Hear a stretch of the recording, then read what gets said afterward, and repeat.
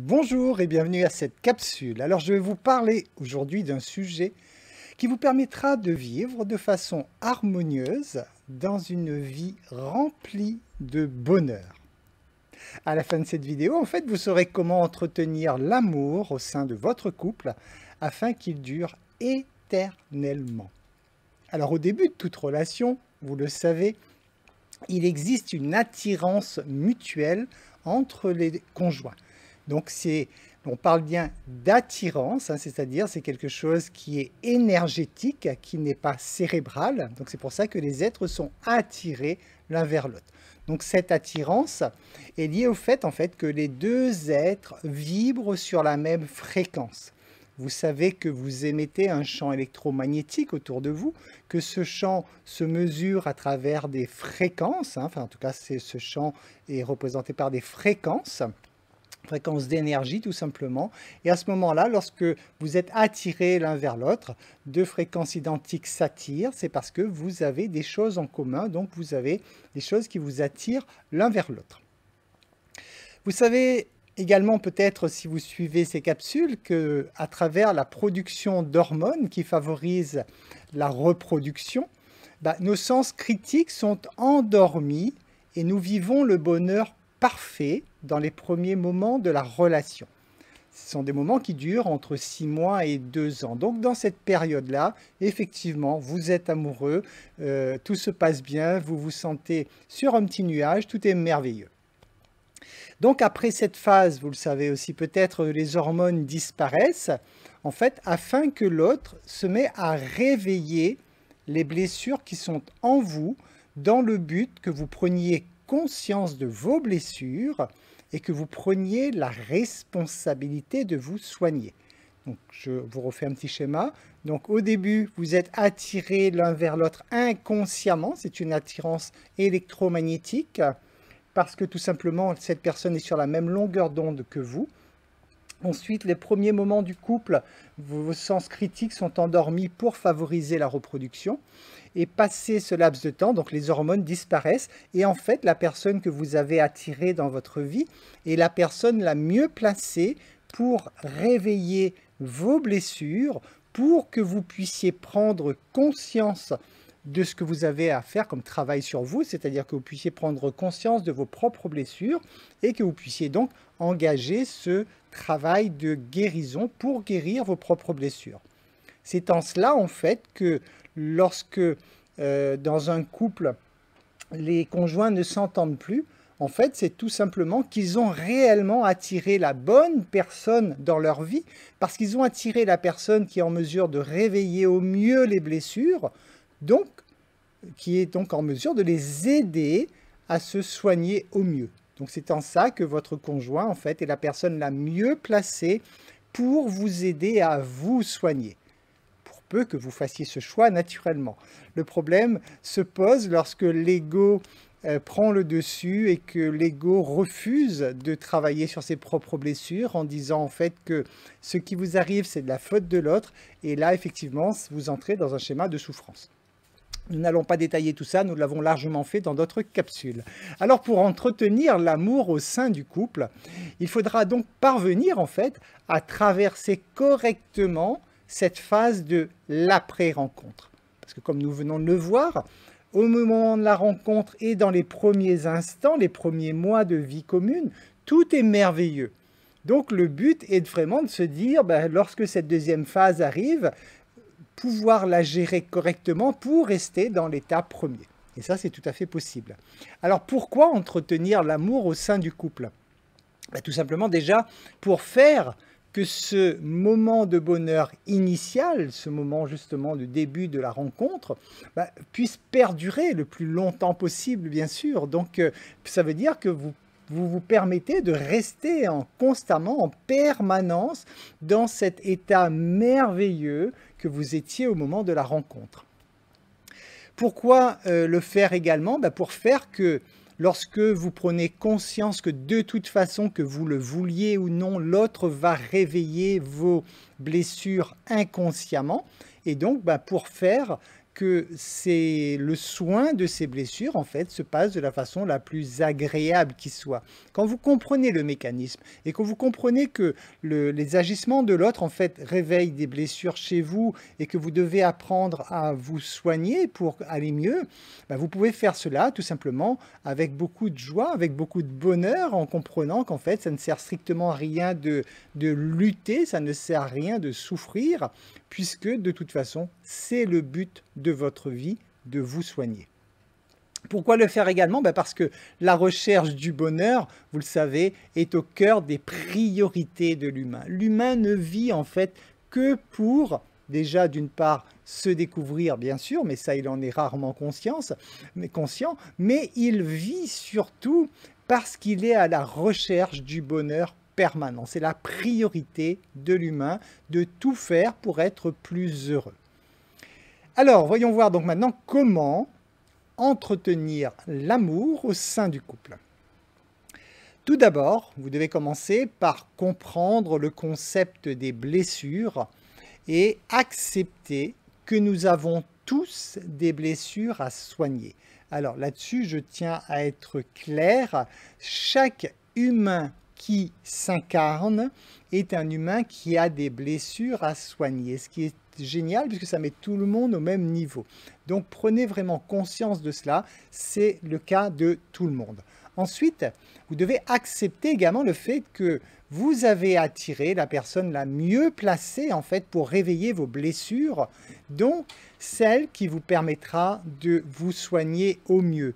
Donc comprendre cela, c'est déjà vraiment se dire que nous avons donc cette compréhension globale que si vous avez attiré une personne dans votre vie, c'est que c'est cette personne qui est la personne la mieux placée pour vous aider à vous soigner. Ayez également pour réflexe d'avoir de la gratitude envers votre conjoint. Pensez à dire régulièrement à votre conjoint des petites phrases du genre « merci d'exister ». Ça, c'est le genre de petites phrases qui permet effectivement de renforcer l'amour, de garder la flamme allumée. Donc, ce sont des petits mots à penser à utiliser régulièrement. Mettez également en place un plan d'action pour entretenir cette flamme. Tout projet doit être supporté par un plan d'action. Encore mieux, un projet sentimental. Donc si vous voulez que cet amour perdure, si vous voulez que cette flamme soit allumée tout au long de votre vie, mettez en place vraiment un plan d'action, planifiez ce que vous devez faire pour maintenir cela. C'est-à-dire, vous devez le faire à travers des projets communs, donc planifiez régulièrement des projets en commun. Planifiez également des temps de rencontre et de partage. Si vous avez entre autres des enfants par exemple, vous savez très certainement que les enfants prennent rapidement une place importante au sein du couple et le couple n'a plus beaucoup de temps réel donc pour tous les deux pour se retrouver. Donc il est important de concevoir cela et de prévoir des temps donc de rencontres et de partage. Que vous ayez des enfants encore plus, mais même si vous n'avez pas d'enfants, quelquefois, ça peut être l'environnement qui prend place, trop de travail ou trop souvent avec des amis ou autre, qui fait que vous n'avez pas ce temps de vous retrouver en tête à tête tous les deux. Donc ça, c'est un temps sacré que vous devez vraiment mettre en place. Pensez également à avoir une vie sexuelle épanouie, bien sûr, puisque un couple s'épanouit également beaucoup à travers la sexualité. Donc là aussi, prévoyez, ne laissez pas cette flamme aussi s'éteindre. Donc prévoyez régulièrement donc d'avoir en tout cas une vie sexuelle épanouie. Je vous rappelle que la sexualité est ce qu'il y a de plus divin. La sexualité a souvent été transformée, presque maudite par certains, alors qu'en fait, il n'y a rien de plus divin que la sexualité, parce que c'est à travers la sexualité qu'on donne la vie. Ayez du respect pour l'autre, et en acceptant le fait qu'il n'est pas toujours simple de gérer ses émotions. Donc il n'est pas toujours simple en fait à l'autre et à nous aussi de nous soigner.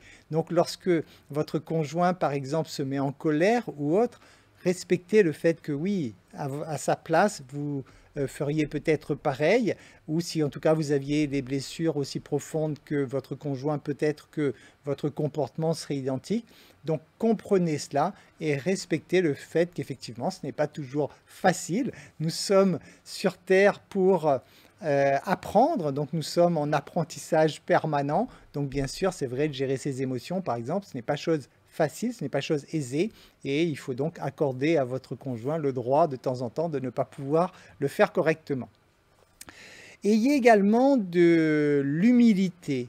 De l'humilité, c'est-à-dire ayez pour réflexe de vous excuser lorsque vous avez tort, ça c'est essentiel pour une bonne relation de couple, hein, ou alors lorsque justement vous vous êtes laissé emporter par des émotions négatives, à ce moment-là, ayez l'humilité de vous excuser. Ma chérie, mon chéri, excuse-moi. Voilà, donc ça c'est important d'avoir cette humilité envers l'autre.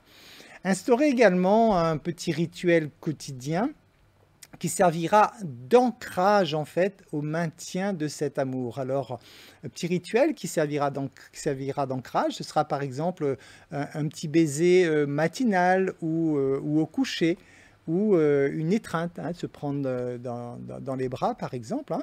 Donc c'est quelque chose qui sert d'ancrage et que vous devez faire pas régulièrement, vous devez faire quotidiennement. Alors, en parlant d'ancrage, petite parenthèse, soyez prudent là-dessus. Admettons justement que vous ayez pour habitude de partager votre amour à travers une étreinte, par exemple, donc de vous prendre dans les bras l'un et l'autre. Vous faites ça régulièrement, donc c'est l'ancrage qui se forme. Et puis un jour, il arrive dans la vie de l'un ou de l'autre des problèmes, hein, des problèmes de la vie, on pourrait dire ce qu'on appelle des problèmes, enfin des expériences, qui pourraient être le décès d'un proche ou quoi que ce soit. Et à ce moment-là, la personne pourrait être très affectée. Si vous gardez le même geste, malheureusement, cet ancrage risque de disparaître pour devenir cette fois un ancrage négatif. C'est-à-dire que ce geste sera fait lorsque l'autre a besoin d'attention, a besoin d'être soutenu, donc lorsque l'autre souffre. Et en fait, malheureusement, cet ancrage pourra devenir un ancrage négatif, ce qui fait qu'au bout de quelques mois, lorsque vous allez vouloir réconforter votre conjoint, vous allez le prendre dans vos bras et à ce moment-là, l'autre aura qu'une envie, c'est de fuir parce qu'en fait, c'est devenu un ancrage négatif. Donc surveillez bien cela. L'ancrage que vous allez mettre en place pour faire perdurer votre amour doit être naturellement un ancrage positif et vous ne devez jamais le mélanger avec quelque chose de négatif. Donc lorsque il se passe des événements négatifs et que l'autre a besoin de réconfort, par exemple, soit vous prenez l'autre par ses mains, soit vous faites autre chose, mais vous n'utilisez surtout pas l'ancrage positif. Voilà, c'était la petite parenthèse. Ensuite, pensez également à entretenir cet amour comme la chose la plus importante de votre vie. Rappelez-vous, quelle est la chose la plus importante d'un être humain? C'est d'être heureux. À travers la relation de couple, à travers l'amour que vous dégagez, vous avez, si vous savez le gérer, la possibilité donc de trouver tout de suite, instantanément, ce bonheur. Donc vous avez la capacité d'être heureux tout de suite et pour le reste de vos jours. Donc vous êtes déjà sur la chose la plus importante de votre vie. Quand vous prenez conscience de cela et que vous entretenez cela toute votre vie, j'ai envie de vous dire, votre objectif de vie, il est déjà atteint là, tout de suite, dans le moment présent. Donc, tout le reste après autour, bien sûr, amusez-vous à faire plein de choses autour, mais tout le reste, en fait, devient accessoire. Et ça, il est important de le comprendre et de le mettre en application, parce que souvent, on va pouvoir justement se faire happer, par exemple, par une activité professionnelle, ce qui est souvent le cas, dans le sens que cette activité professionnelle va nous apporter des moyens financiers, donc nous permettre éventuellement d'être heureux. Mais en faisant cela, quelquefois, les gens sacrifient un bonheur immédiat au profit d'un éventuel bonheur à venir. Et c'est en ça, vous devez comprendre à quel point c'est contradictoire et que ça ne tient absolument pas la route. Donc veillez vraiment à cela parce que les gens qui tombent dans ce piège sont extrêmement nombreux. Hein, combien de fois il y a des couples qui s'adorent au début, qui ont vraiment quelque chose de très fort, et après chacun se fait un peu happer par son quotidien, par ses obligations, etc., dans le but justement d'avoir davantage de moyens pour accéder au bonheur, et en faisant cela, ils sacrifient un bonheur qui est déjà présent. Veillez également à ce que cet amour ne se transforme pas en attachement.